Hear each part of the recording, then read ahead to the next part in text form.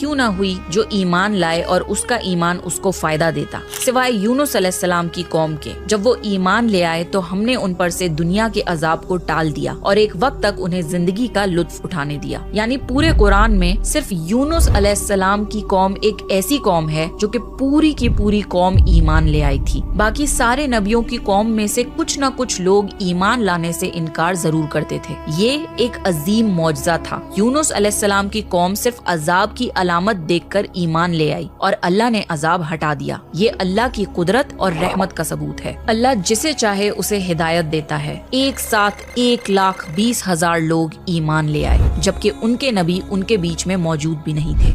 हजरत यूनुस अलैहिस्सलाम को इस बात का इल्म नहीं था कि उनकी कौम ईमान ले आई है। वो तो गुस्से में बस्ती छोड़कर समुंदर की तरफ चले गए थे। वहाँ उन्होंने एक कश्ती में सवारी की जो कि लोगों और सामान से भरी हुई थी। कश्ती जब समुंदर में चली तो एक तूफान आ गया। तूफान इतना खतरनाक था कि लगता था कि अब कश्ती डूब जाएगी। कश्ती के लोगों ने आपस में कहा, कश्ती के बोझ को हल्का करो, कुछ सामान समुंदर में फेंक दो। सबने अपना अपना सामान समुंदर में फेंका। कश्ती थोड़ी हल्की हुई, लेकिन ये काफी नहीं था। फिर लोगों ने कहा कि किसी शख्स को समुंदर में उतरना पड़ेगा ताकि कश्ती का वजन कम हो। फिर एक एक चिट पर हर किसी का नाम लिखा गया और ये डिसाइड हुआ कि चिट उठाने पर जिसका भी नाम निकलेगा उसे समुंदर में गिराया जाएगा। शफल करके एक चिट उठाई गई। पहली चिट पर हजरत यूनुस अलैहिस्सलाम का नाम निकला। फिर लोगों ने आपस में कहा, नहीं, ये तो अल्लाह के नबी हैं, इनके चेहरे पर सजदों के निशान हैं, इन्हें छोड़ दो। फिर दोबारा चिट्स को शफल किया गया और दूसरी बार चिट उठाई गई। इस बार भी यूनुस अलैहिस्सलाम का नाम निकला। तो फिर तीसरी बार चिट्स शफल करके एक और चिट उठाई गई, मगर तीसरी बार भी चिट पर